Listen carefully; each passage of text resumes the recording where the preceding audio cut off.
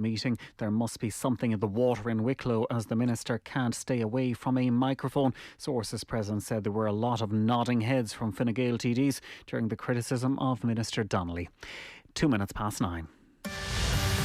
News Talk Weather. Staying mostly dry tonight with long clear spells and only a slight chance of a light passing shower. Lowest temperatures of 4 to 7 degrees Celsius. Now you're up to date on News Talk. The Football Show on Off the Ball. With Paddy Power, the Champions League. We love it as much as Neymar loves himself. Gamble responsibly. Gamblingcare.ie. I'm prepared to do anything I can to play for my country again. Do it then. What about your start to the game? It wasn't bad, was it? Why should there be an honest answer be a mistake? How can a modern day manager not have a mobile phone? Why should he? Welcome along to the Football Show. Lots going on. So latest from Villa Park. Manchester City 2-1 up now against Aston Villa. They were 1-0 down, Man City, but they have come back into this game. Phil Foden and Rodri with their 2 goals. Just about to go half time. This one kicked off at 8:15, so slightly later than usual. And earlier on this evening, Spurs 2, Southampton 1. Gareth Bale and Son with the goals for Spurs. Very happy to say Dave McIntyre is back with us, Virgin Media commentator, and Dan McDonnell of the Irish Independent also here. Dan, how you doing? I'm good, Joe. Dave? The general chat on the news round, Dan, was, I guess, as the dust settles, a reflection on almost first and foremost just the incompetence of the Super 12 effort, kind of jumping out at everybody over the last couple of days, that it could have been such a cack-handed attempt to try and do something so seismic. What have you made of the last couple of days? Yeah, I mean, listen, there's the danger of just sort of echoing points that have been made before. You know, I mean, I think that's probably what you're saying as a common enough view. I mean, I presume the timing was related to the fact this UEFA, the new Champions League format was going through on Monday, and it's UEFA Congress this week, and you know that was clearly probably why there was an element of a rush job about it. But I mean, the extent to which it's obviously misjudged the public mood is quite spectacular, and like the apologies. You know, the John Henry one is sort of like, you know, I don't know, it's like some sort of Bill Clinton one from the 90s or something. You know, it's sort of really, really unusual strand of events where now all of a sudden, like, you have these super club owners, you know, falling over themselves to show that, you know, how contrite they are. So, I mean, it's listen, you know, I sort of tend to look at these things probably sometimes with a quite a localized perspective, and I know that a lot of the outrage in response to it was probably like, you know, the from the perspective, say, and it's natural in Ireland, like of all, you know, what this could mean for maybe the Premier League or the Premier League 14 and how they felt left behind and stuff. But it was also a pretty worrying story, I think, for a lot of maybe smaller associations and leagues, you know, around Europe. And I would have sort of written this in a piece just gone out there tonight, that you know, the extent to which like football in Europe is reliant on UEFA, you know, is unhealthy, probably to some degree. And the discussion of a concept that could maybe have really damaged UEFA would have had a potentially like catastrophic impact and knock on, because the revenues from the modern Champions League, you know, are part of what fuels UEFA. Which is part of what, you know, allows UEFA to bail out organisations like the FAI and so on, and that's why, like, it was very important that it was probably stopped. But obviously, there's that sense of foreboding there that every time there's some kind of power struggle like this, the big clubs eventually end up getting something more in the end. And generally, it's not going to be, you know, the other clubs in the Premier League and stuff will suffer. It's generally clubs further down the food ladder who get further away from the top spots. But we'll see. It's interesting today to hear like the discussions about, I think you discussed it maybe on the news round earlier, you know, is now the time that UEFA try and push back on the stuff like the places for historical merit and, you know, in the Champions League in 2024 going forward and that type of thing. Because, like, I mean, in fairness, like, the modern Champions League isn't actually fair, really, like, in terms of, like, sporting merit, even as it is. Like, once it went to 4 places from, you know, the big leagues, that was sort of goodbye to all of that, really, in reality. But what it created was a terrific competition that makes loads of money, that you know, it goes around the continent in a slightly different way. Like, sporting merit you could argue, really, is it reflected in the Champions League? Probably now. It's not really, let's be honest. But it's still better than the Super League alternative that was floated. It's funny on that last point. I wonder, even though it's probably not the reason it was put in, but allowing the 3 or 4 best teams from each major league in, it meant you were guaranteed to have the best team of the current season involved. I think it was Daniel Harris made that point on AM this morning. You know, for instance, take this season as an example. Liverpool would be in the Champions League and would be the sole English representative, but they're certainly not the best team in Europe at the moment. So actually you guarantee whatever decline or improvement happens by having the 3 or 4 best teams in, you guarantee the best team is certainly in the Champions League. Well, yeah, no, you do in the Champions League itself. I mean, it doesn't guarantee that you have the best team of the teams that only get, of the countries that only get one entrant to the qualifying round. You know what I mean? Like, so don't worry about them. Well, but that's the point. I know, that's the point. That's the whole point of the whole thing. I mean, like, and listen, I know why that is. Like, I mean, you know, you can romanticize a time that's gone. Like, you know, I sort of mentioned in the piece this evening, like, there's a documentary on BBC One the other night in Derry City, which is brilliant. It's the story of Derry City in the 1980s and how they sort of joined the League of Ireland and went up to become champions, and they got Benfica. They became champions, then they went to the European Cup and you get Benfica in the first round. And it's amazing. I think, you know, listen, this is probably the rantings at times of, like, you know, the frustrated League of Ireland fan. You wish, of course, that those days were there, but you understand why those days aren't there anymore as well.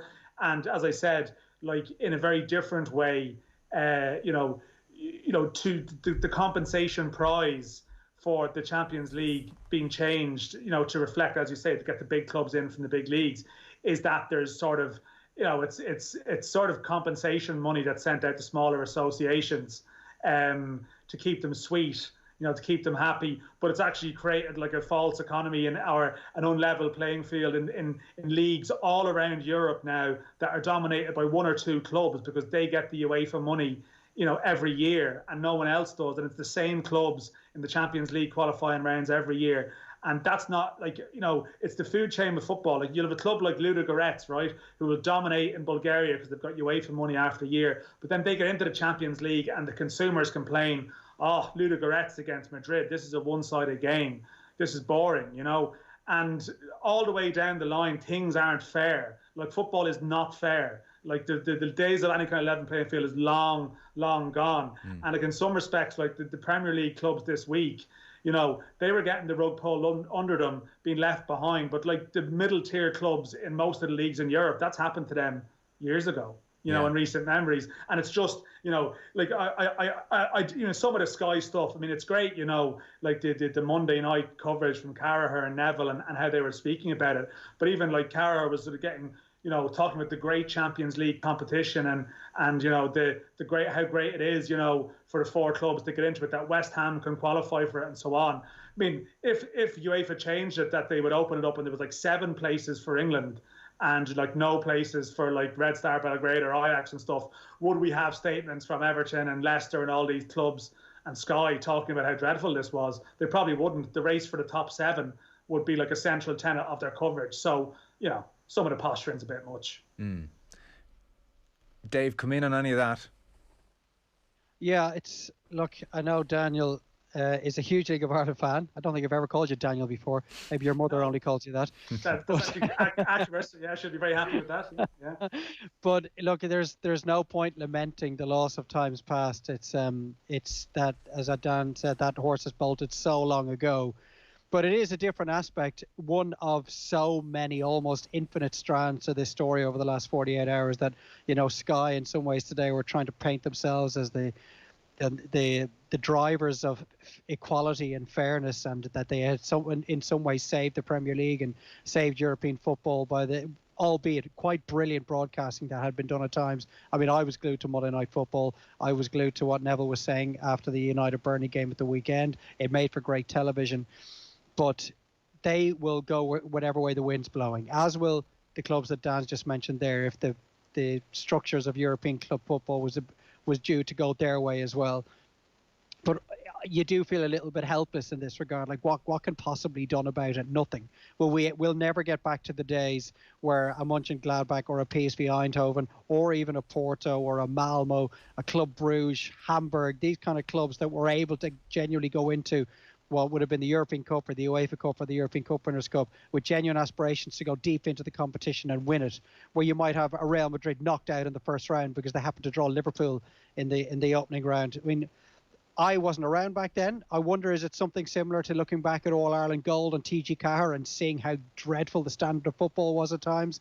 And then but yet at the same time, you hear veterans of those days waxing lyrical as to how incredible it was, and the structures were better back then, and it was more equal back then. Maybe it wasn't so great at the time, and maybe there were plenty around at the time that would have seen the Spanish or English champions knocked out at the first hurdle and gone, this competition's a joke. How can we carry on for the next 6 months when Liverpool are already knocked out, the defending champions?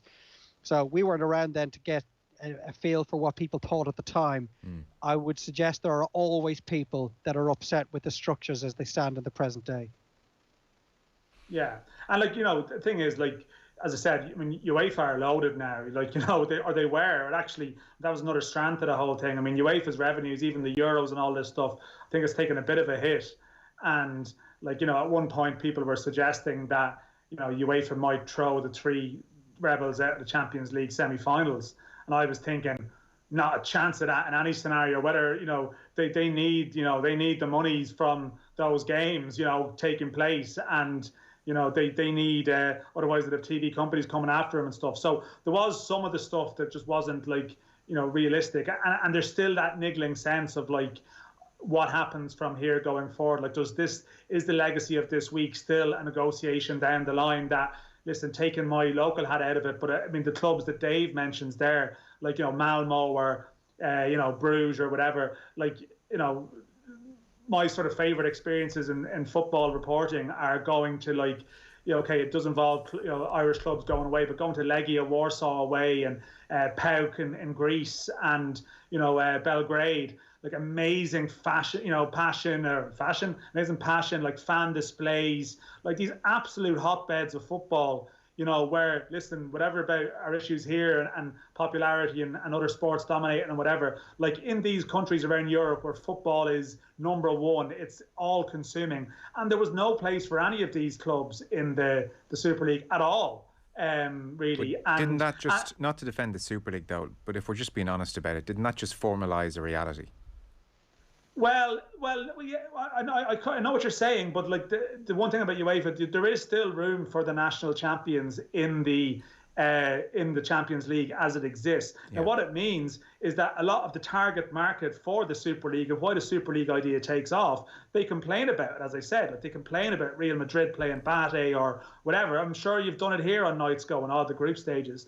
But and that really annoys me. But I understand from the, this is how the Super League idea comes about. It's the people want more of the best playing the best, and I understand where that comes from. But that's taking it away from something, some reason of where European football came from, or something we always bang on about. What's great about football is that it's a sport in every country. There'll be something in every country, and it's no surprise that this has happened during a pandemic where it is probably, it's probably empowered the owners to think, well, listen, there's no fans in the stadiums, but there's still huge people tuning into these big Champions League games and these Premier League matches, and this is what people want, and this is what the American owners want, and whatever. And listen, a lot of the people, a lot of the football consumers in Ireland are that way. They might get their sense of place and their local identity from maybe Gaelic games or whatever it might be.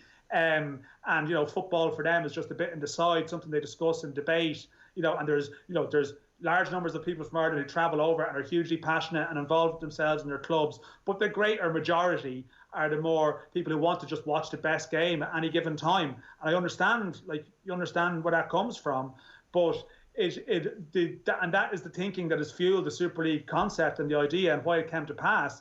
But it underestimated the depth of feeling that still exists out there for any lingering connection and tradition that remains in the game as it is. But it's a very imperfect world now. But the Super League one was just too ghastly to contemplate for me. Yeah, no, you and a lot of people. Dave, it's interesting you mentioned watching Monday Night Football the other evening and being gripped by it, and even Adam Lallana, when he was interviewed yesterday, must have been yesterday, he said, we were all sitting down to watch Monday Night Football, we were all gripped by it.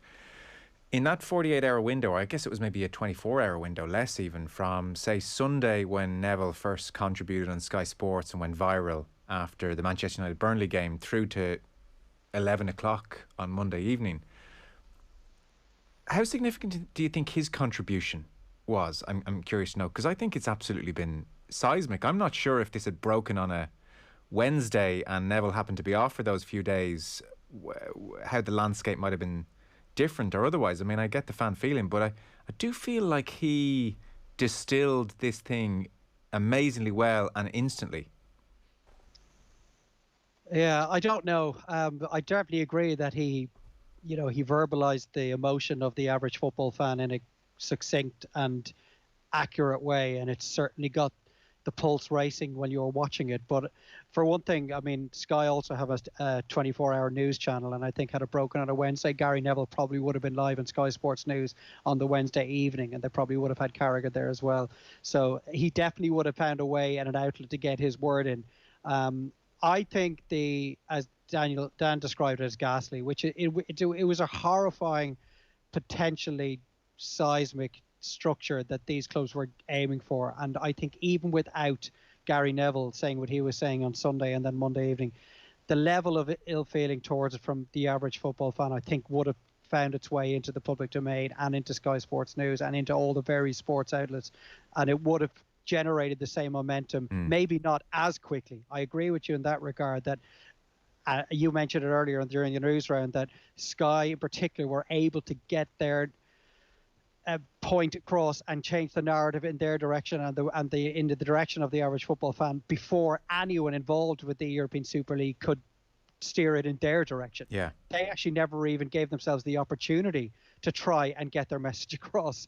And Sky were able to do it almost instantaneously. I've never watched a build-up to a game of football where there was no build-up to that game of football. We'll probably never see that again. It was like the Liverpool game was just a mere afterthought, and the only reference made to it was the fact that the Leeds United players were wearing a T-shirt which was saying, football is for the fans, you need to go and earn it. I don't know. We'll never really know how much of an influence Neville and Carragher had. Course. Probably a little bit, but I think that the football fans of the 14 in particular, but and the 6 clubs as well, were just so horrified by it that their message would eventually found its way to the owners, and ultimately we probably would have ended up in the same position we're in now. Well, Neville certainly, Dan, on the Sunday put pay to any potential for tribalism to break out, or for Manchester United fans to think, maybe this isn't so bad.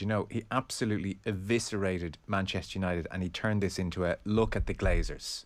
Look at the Glazers and what they're doing to our club, and he called it a criminal act. Even a contribution like that made it very hard for anyone who was a Manchester United fan and one-eyed and thinking, God, playing Real Madrid a few times a year mightn't be the worst thing in the world, and we will be guaranteed Champions League spots. It made that position untenable, I think. Such was the force of his contribution.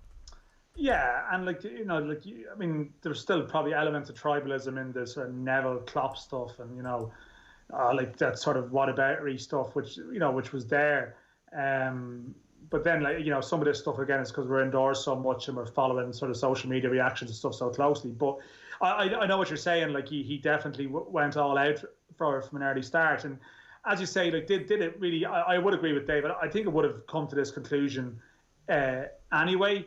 But I do get the sense sometimes you would speak to players or whatever that I think Neville and Carragher are probably very influential, and they probably might have, I think in terms of the way the wind was blowing, I think some of the reaction from maybe players and people around them, at times, players can be a bit more circumspect about revealing their feelings. But I think knowing that you had Neville and Carragher saying we need every player, every manager out saying this, I think that probably, it almost, in a sort of a weird way, it was sort of building a mob mentality against anyone who didn't come out and condemn it in a way. Like any footballer who come out and say, well, I want to see where this goes, and I'm interested in hearing about this. Like they would have been absolutely savaged. And I think probably, Neville and Carragher probably led the way on that to some respect. But I think maybe as well, you probably have to give people a bit more credit too, that, sure, they could see it for what it is. And there may be sports fans in other countries who will defend themselves, defend their club no matter what the issue may be. Yeah.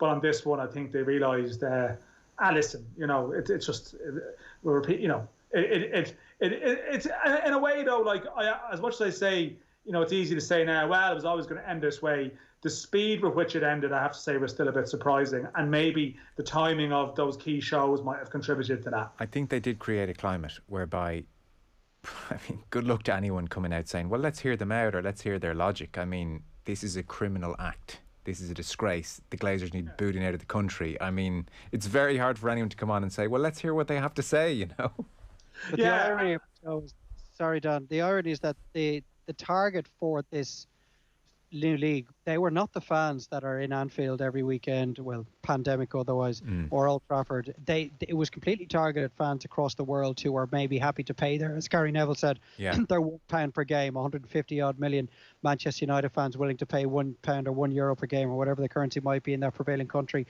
That it was the outcry of outrage from the supporters within the cities themselves. In England, we're only seeing what's going on in England. We haven't really got an insight into what it's like in Milan or Madrid or Barcelona or elsewhere.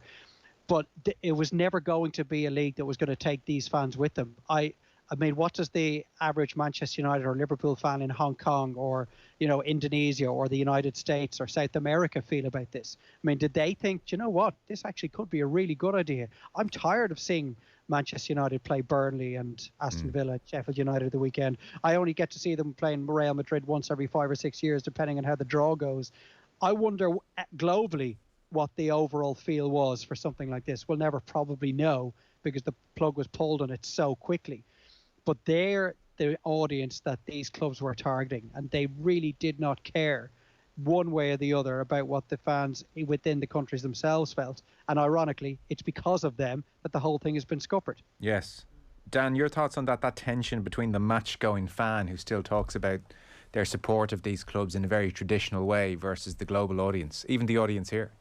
Yeah, and listen, and I think, that's part of why, people were so offended by aspects of it. Even in particular, listen, you've had the jibes with, Chelsea and Man City are sort of, new money or whatever. And, the sort of the disrespect shown. The reason that those clubs are all powerful, all 6 of them, is because they play in a country that is football mad and has an absolutely brilliant football culture and always did, and and Dave would know from probably all the commentaries of games he's done, that you go to parts of the UK that sort of, that light up, they can be grim enough towns sometimes, but they light up on match day because, the football club is the hub of the community, and it's the full grounds over the years around the country in England that allowed the best clubs to to get richer. It's what made English football so attractive to everyone.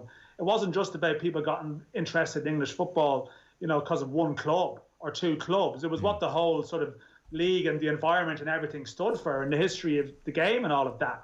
And that is the origins of football and its success story today. And as much as, yes, the game has changed and there's in all aspects of it, there's a romanticized vision of it that's gone, and there's no real romance in it that much at all.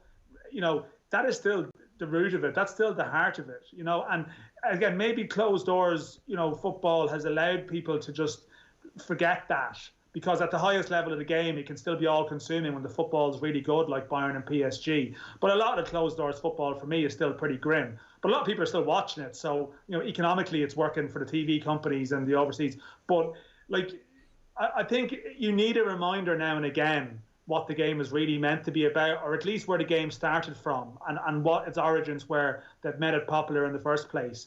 And what's interesting for me, is this just a moment, is this just a brief moment in time where, for 48 hours, you have this fight back and everyone says, well done, everybody. We've put that to bed.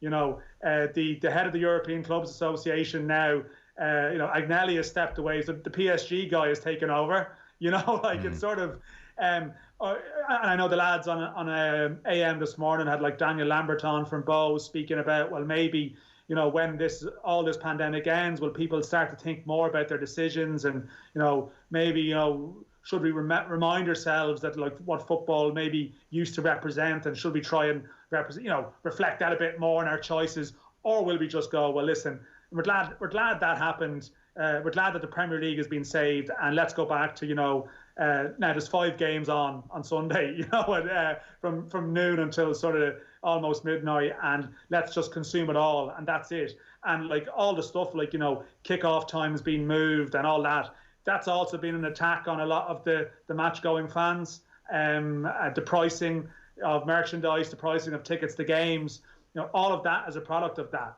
And, you know, is that going to change? I mean, it's not really. But it's interesting that people, like, I think people being locked out of stadiums, like, has it made some people sort of reevaluate their relationship with their club, like, in some way? And will they change their behaviours whenever this ends and they can get to go to stadiums again? I don't know. Yeah, that's a really interesting question. Because, Dave, I'm listening to even like lots of talk sport over the last couple of days because it's so gripping almost, the fans phoning in, and there's this overriding sentiment from the big 6 clubs in particular, their fans saying, well, this just shows how little they care about us and how we're such an afterthought, and you know, they don't care, etc. Now, I'm amazed they were under the impression that they were cared about by these owners, but it's, you know, there's a level of delusion maybe in all our lives to some degree or other. But that was the real sentiment. Like, this just shows what they think of us. That was coming through from fan after fan. And we mentioned on the news round, like John Barnes this morning was saying, you know, this fans have won narrative is nonsense. We just have the multi-billionaires who've come on board fighting with UEFA, FIFA, Sky, BT to see who gets to exploit the masses next. And the status quo has won. But be under no illusion, the fans are still being exploited on a whole host of fronts that we've discussed already. So this moment, as Dan describes it, where like across Europe, fans have had a stock take on the game and where it's at and how it's treating us and who runs it, etc. Do you think that could lead to a change in behaviour? Do you think there is a cohort of fan that has suddenly realised, my God, this is just a vulgar money game. Somehow I hadn't realised already it was, and I'm going to change my habits. I would venture we won't see any change whatsoever on those fans, but maybe I'm underestimating the strength of their feeling. No, I don't think you are. No is the answer to that question, I think.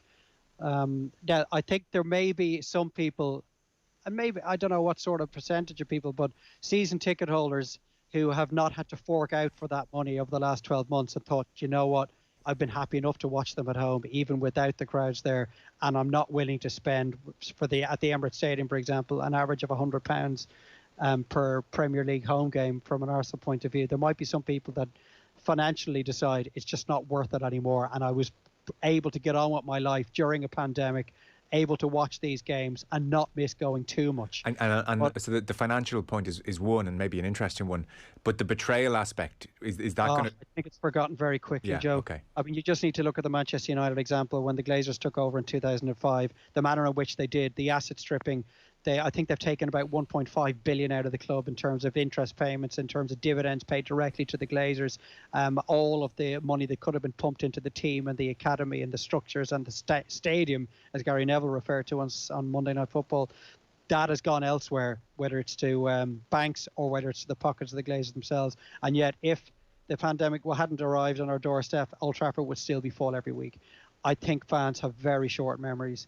And yes, I'm sure there are Liverpool fans in particular who have felt that owners who I think have done very well by and large, a couple of missteps here and there, but by and large have done very well for that club. And Liverpool fans who would have had a lot of time for John Henry and his organisation, eventually, Joe, and I don't think it's going to take that long.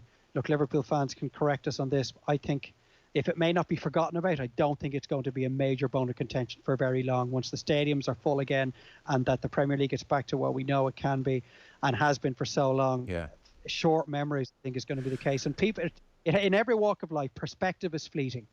And yes, some of the fans may have a real sense of perspective as to now how they feel they've been treated or betrayed by their owners. Perspective is going to erode very quickly. Yeah, and I suspect, Dan, they'll say, well, my loyalty is to Klopp and the lads. You know, per Jurgen Klopp had no idea this was in the works, which he didn't, to be fair, and James Milner came out against it. So my loyalty, my connection is with the team. It's not with John Henry. Do you think then, if they're certainly not going to stay away from the team or feel, you know, so betrayed that they're staying away from the team, do you think this like mini victory will almost awaken, say, the English public, for instance, if we're talking about those clubs, and the football fans to the possibility that they can affect change, that they can now mobilise and come together and have a real say on ticket prices, and have a real say on jersey prices, and have a say on the fact that the Champions League is behind a paywall and no longer available on terrestrial TV, and have a say in all of these things which have changed from their perspective for the worse over the last 20 years. Do you think we'll see those campaigns start in a very genuine way? Yeah, it's an interesting point. It's possible. I mean, I don't know. I suppose, when stadiums reopen everywhere, you'd imagine sort of the same level of travel won't be happening anyway in terms of day trippers and stuff initially. So you kind of wonder, will clubs probably have to look at that everywhere, in some shape or form, and some of the decisions that they make. Yeah, I don't know. You could have something. It's possible. It depends, though. What is the target? I mean, for a start, the Glazers won't care. You might get it, Henry. You won't. The Glazers don't care. But for example, people are talking about, Liverpool might need to rebuild their squad in the summer, say, in some shape or form, need to make changes. If a club starts struggling, someone will say, well, they need to go and spend big this summer. Yeah. Where do clubs get that 100 million, 200 million from? It's from the same sort of dominance of the market and the global market and the tours and everything. All the same stuff that gears the thinking behind the Super League idea. It's from the same place. I've made this point before, the Premier League started off with a very sort of equitable system, even revenue share system. But a couple of years ago, you have a situation where the big six clubs have already got together to try and take more of the overseas TV rights on the basis that they are the big attraction and so on. And that, to me, you get that was the death of something in a way. And I don't have any stake in the game. I don't I'm a bit of a hypocrite. I'll comment on it. I watch it. I enjoy it. But I don't care who wins between the sort of Premier League elite, really, and I'm not a big fan of any of them.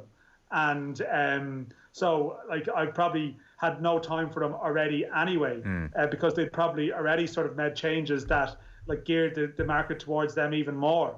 But so in theory, what you're saying, what could happen? Could some campaign go together to try and look at distribution of incomes, of TV monies, of if you are going to make big money overseas, from X amount, can you dole it out for Y? But then what you'll find is that if that is ever cited as an excuse for less spending from these big clubs, the fans who are going mad, this week will be saying, well, why aren't our clubs spending? Actually, yeah, we are Arsenal, we are Liverpool, we are the big draw, we deserve our bigger piece of the pie, So that's where things will go. Yeah, okay. Look, we'll pick it up. There's a few more interesting things to talk about. I mean, the Glazers versus Nevilles, I think, is about to erupt.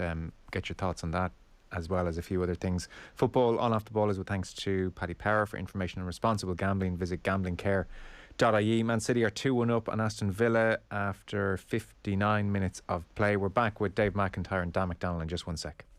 Football on Off the Ball with Paddy Power.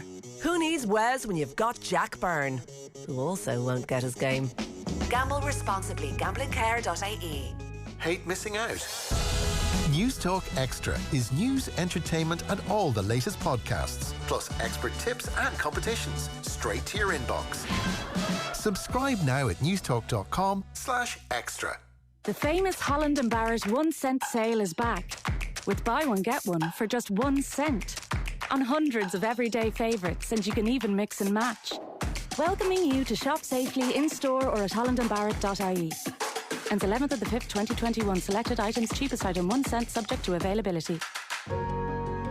Leaders Lounge, the premium online leadership event, returns on April 22nd with a world-class panel of successful leaders. Razzie Erasmus, in conversation with Paul McGinley, reveals the principles he used to transform South African rugby to World Cup victory. Brian O'Driscoll and Joanna Reardon on their diverse and inspiring leadership journeys. And Chanel McCoy analyses the evolution of the modern business leader. This compelling event is a must-see. Leaders Lounge, Thursday, April 22nd. Book now at leadersloungelive.com.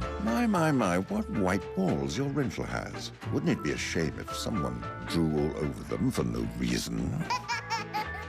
And what do we have here? You're back living in your childhood bedroom, and all that 90s sci-fi memorabilia is starting to feel like a bit of a mood kill.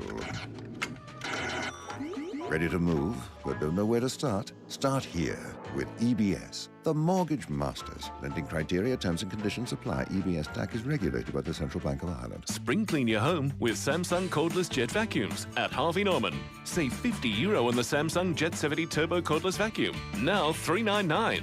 There's plenty of power to vacuum the whole house in one go with up to 40 minutes runtime. It's all down to the long-lasting removable battery. And the Samsung Jet 70 Turbo cordless vacuum will banish even the tiniest dust particles from carpets and hard floors. Shop the full range of Samsung Jet cordless vacuums online at harveynorman.ie or safely in store. Go! Imagine the freedom and joy of cycling. Now imagine being paralysed and unable to cycle. This happened to Jamie Graham, one of our seriously injured players the IRFU Charitable Trust supports. For Jamie, this support was getting him out cycling again, something Jamie loves to do with his young son. If it wasn't for the Charitable Trust, I wouldn't be able to be out on the hand cycle with my family, which has been a lifesaver during this pandemic. It has helped me both physically and mentally. To show your support to those who've been seriously injured playing the game we love, visit irfucharitabletrust.com. Football on Off the Ball with Paddy Power. Ready for your next big move? The trip from the fridge to the couch. Gamble responsibly. Gamblingcare.ie. Welcome back. Man City 2, Aston Villa 1. Dan McDonnell and Dave McIntyre still with us. Dan, I do want to get your thoughts on Dundalk before we wrap up. Interesting a couple of days there, but obviously the Super League has dominated, to say the least. On the ramifications as a kind of final talking point of all this for the owners, not all owners are equal. I mean, Roman and Sheikh Mansour kind of emerge as the heroes. They were lukewarm to begin with and they were first to pull the plug. I don't think Stan Kroenke is popular whatsoever anyway, Dave, and he just kind of rides that out. I haven't heard a huge amount of heat on Daniel Levy and Joe Lewis at Spurs. John Henry's apology, you suspect, is the start of forgiveness there, but I mean, he'll probably have a bit more apologising to do. What's really reopened, I think, is the spotlight on the Glazers. And when Neville talked about feeling complicit, about saying nothing, and talked about the leverage buyout and the money which is departed the club, and even like the paint job, as he said, at Old Trafford, I'm not sure that genie goes back into the bottle, actually. Of all the owners who can expect a lot of heat, it's probably the Glazers. To what extent they give a damn is probably maybe the issue. Not much, but you do think Neville, for one, is going to try and mobilise against them. I get that sense anyway. He may well try to do so, but when you talk about heat, I mean, heat has to have a vector. It has to have a destination. I mean, where will this heat go to? Boycott games? No, no chance. I mean, if the boycott didn't happen 16 years ago, I really don't see it happening now. I mean, it was a rival football club set up. There were thousands of the green and yellow scarves. I was at Old Trafford in those days, where on a regular basis for Off the Ball, where you got a sense there was a very small minority within the stadium in any given match day that had a problem, but generally it really wasn't something that was going to gather enough legs and enough speed to have a major impact. The bogeyman in a lot of ways over the last 4 or 5 years was Woodward. He's gone now. The Glazers never set foot in Old Trafford anymore, particularly so since the death of their father Malcolm. And they have enough on their plate over in the United States. I mean, they're the reigning Super Bowl champions with the Buccaneers. I just don't see how the events of the last 48 hours will impact them in any way. They just do not care. I mean, they continue to siphon money from that club. And I've been to Old Trafford, I don't know how many times, countless times at this stage with the job, and it is creaking. And I'm just looking at the media facilities, which have always been dreadful.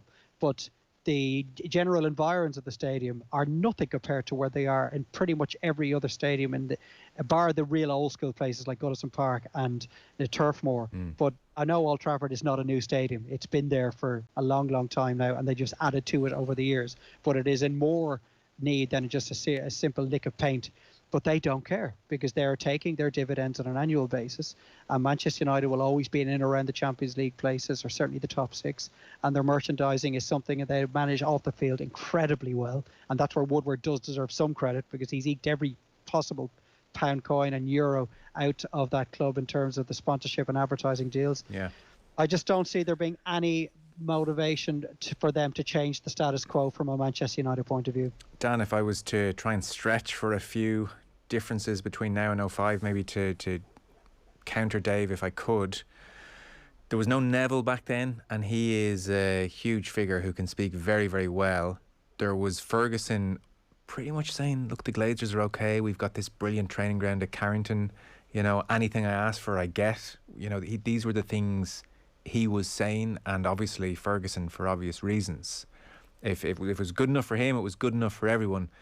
You've got to think social media helps to mobilise a movement like this and spread a message about a movement like this. And also in terms of like leveraged buyouts and dividends and what it would mean for the club, I think there's a far better understanding now than maybe in 2005 about what all this was about. You know, I don't remember many leveraged buyouts before like that in English football. So now, like as Dave mentioned earlier in the show, $1 billion has gone the way of the Glazers. People have a real understanding of how it has cost the club, the stadium being a perfect, real example of that. So I don't know, maybe there are a few more ingredients, and like the spotlight is on Joel Glazer right now like never before. Yeah, I mean maybe so, but what's the alternative that is proposed? I mean, maybe Saudi Arabian investment fund. I'm saying it's like, yeah, like where we need to wave goodbye to the tyranny of the Glazer regime. It's like, can we not? Let's go through the map of the Middle East. And I was hoping you wouldn't raise the one flaw in my issue that we just get all the drama first as opposed to the outcome. Yeah, look, that is the days of fans being able to buy half the club or whatever people are suggesting. Yeah, I don't know. Well, yeah, it's funny. I mean, maybe I should have said before the break. You said, what things might happen and may change. I mean, obviously, people have looked to the German model with huge admiration. And listen, it's not perfect as well because Bayern Munich are like winning league after league. And again, like I said earlier, most leagues in Europe have a real competitive imbalance because of Europe. But you do have like a real sense of like fan-owned club and member-owned clubs, which hasn't been a trend in any great level in England, bar a handful of examples more so lower down the food chain. And you kind of wonder, but I mean, it's not going to happen with Manchester United. No, it's not. It's not going to happen with that level of club.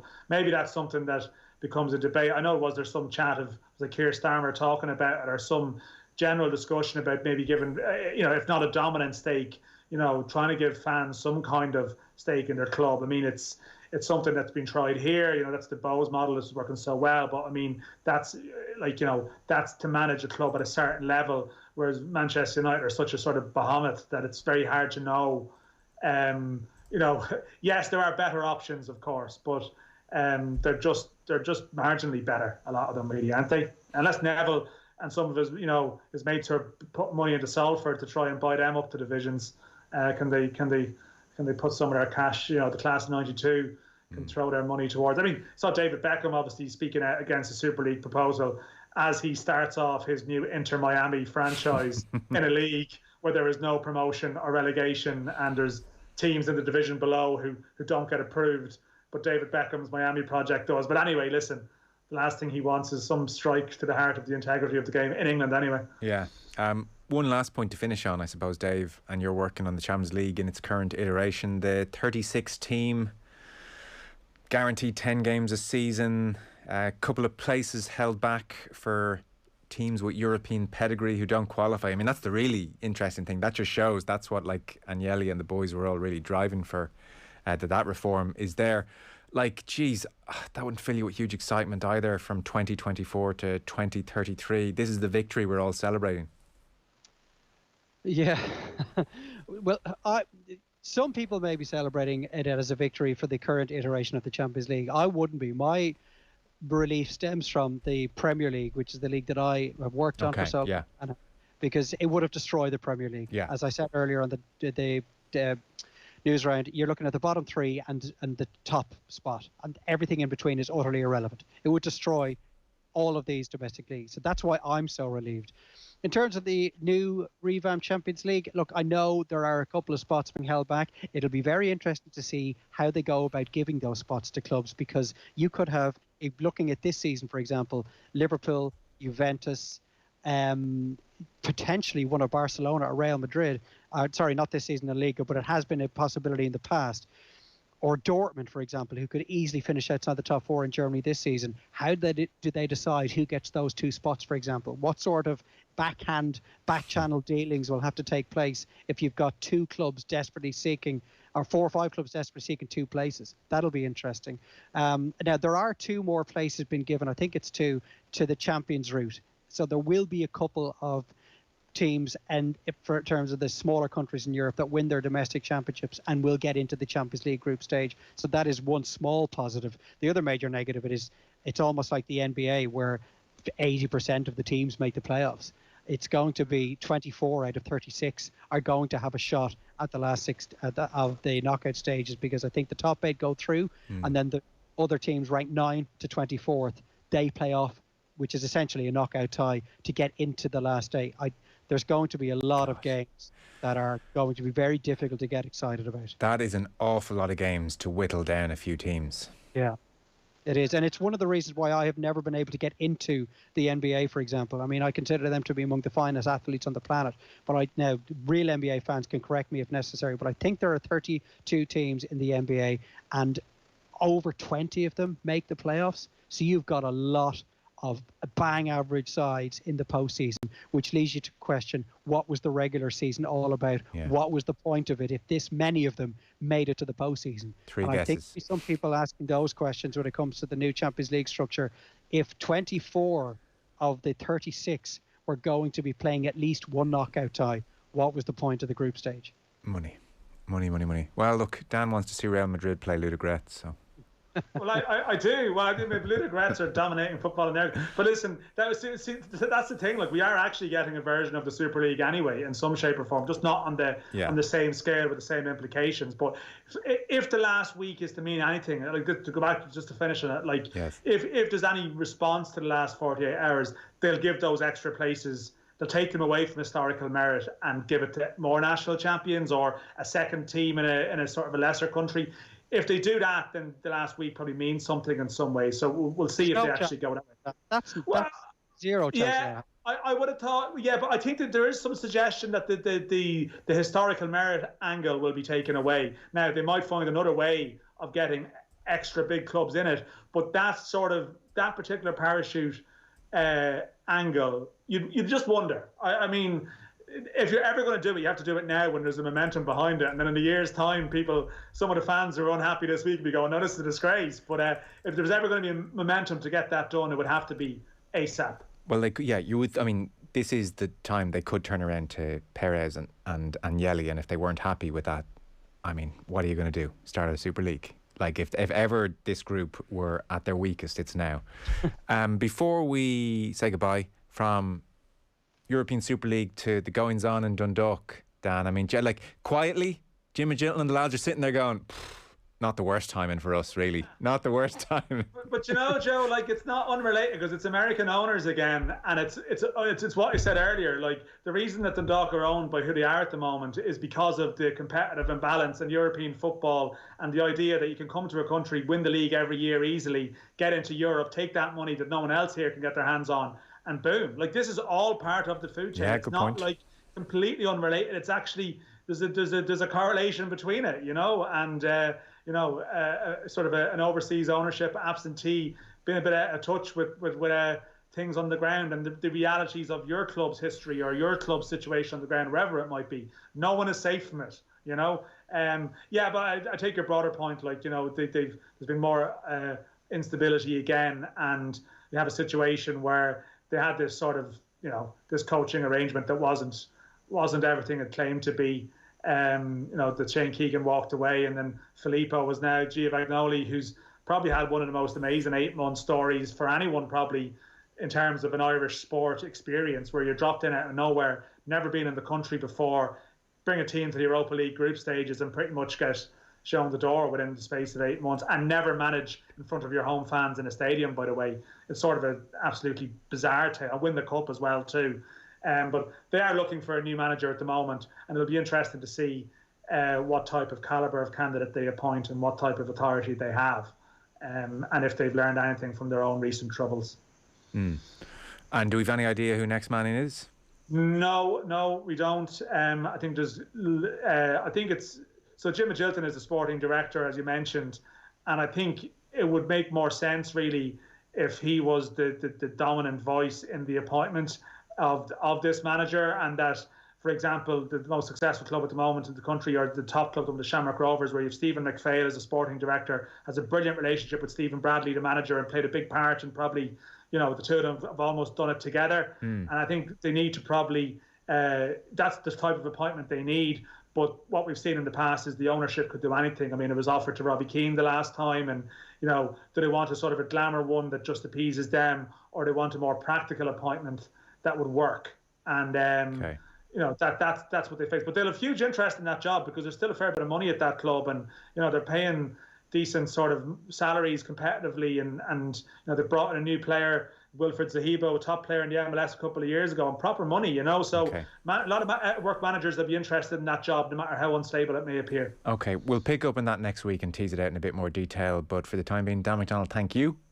Thanks. And Dave McIntyre, great to have you with us, Dave. Appreciate it. Yeah, thanks, Joe. Enjoyed it. All right, Dave McIntyre, Dan McDonnell there. Football on Off the Ball. With Paddy Power. Fake crowd noise? The Emirates never sounded so good. Gamble responsibly. Gamblingcare.ie. Audi Ireland's dealer network is here to help you choose your new Audi. Browse our range of petrol, diesel, hybrid and fully electric vehicles online. The health and safety of staff and customers remains our priority. We have social distancing measures and personalised solutions in place to help you experience and safely choose the right Audi for you. Contact your local authorised Audi dealer today to arrange an appointment. Future is an attitude. Future is an Audi. Boyle Sports now has dozens of new player markets on the Boyle Sports app, powered by Opta. Fancy that informed striker? Markets now available on shots, left foot, right foot and headed goals. Or how about total passes, tackles, assists? They're all available on every match. Boyle Sports. This is betting. Gamble responsibly. See gamblingcare.ie. 18+. Describe Maynooth University in 3 words. You're in control. Young, bold, progressive. Skills for life. Gives you choice. Feel so happy. Choose the university that puts you first. Best decision ever. Online Spring Open Day, April 24th. Visit openday.maynoothuniversity.ie. Maynooth University. Know no bounds. Leaders Lounge, the premium online leadership event, returns on April 22nd with a world-class panel of successful leaders. Razzie Erasmus, in conversation with Paul McGinley, reveals the principles he used to transform South African rugby to World Cup victory. Brian O'Driscoll and Joanne O'Riordan on their diverse and inspiring leadership journeys. And Chanel McCoy analyses the evolution of the modern business leader. This compelling event is a must-see. Leaders Lounge, Thursday, April 22nd. Book now at leadersloungelive.com. Spring clean your home with Samsung cordless jet vacuums at Harvey Norman. Save €50 on the Samsung Jet 70 Turbo cordless vacuum. Now $399. There's plenty of power to vacuum the whole house in one go with up to 40 minutes runtime. It's all down to the long-lasting removable battery. And the Samsung Jet 70 Turbo cordless vacuum will banish even the tiniest dust particles from carpets and hard floors. Shop the full range of Samsung Jet cordless vacuums online at harveynorman.ie or safely in store. Go! Imagine you're on a massive Zoom call with over 800,000 people and you're about to tell them all about your business. That's what it's like advertising on News Talk every week. If you'd like to talk to them, talk to us. Email advertising@newstalk.com. Football on Off the Ball. With Paddy Power. Only the cream of the crop pick up Champions League medals. Jonathan Greening's got one. Gamble responsibly. Gamblingcare.ie. Welcome back. So like I was saying, it was an 8:15 kick-off this evening at Villa Park, so they still have 10 minutes left on the clock. Aston Villa 1, Manchester City 2 is the latest. Earlier on today, Spurs were 2-1 winners against Southampton. That is pretty much us done for this evening. Football show on Off the Ball with thanks to Paddy Power. For information on responsible gambling, visit gamblingcare.ie. OTB AM is back with you tomorrow morning, 7:30 as usual. Tom English with the lads talking about how Rangers and Celtic would very much have been left behind by this Super League. Also, apparently rumours of Jose taking over Celtic, which is interesting. So Tom English on the show tomorrow. Louise Galvin on the Six Nations. And then tomorrow evening, Nathan back in the hot seat. Noelle Healy on her retirement from inter-county football and working as a doctor over the past 18 months. Plus, as usual, John Giles as well.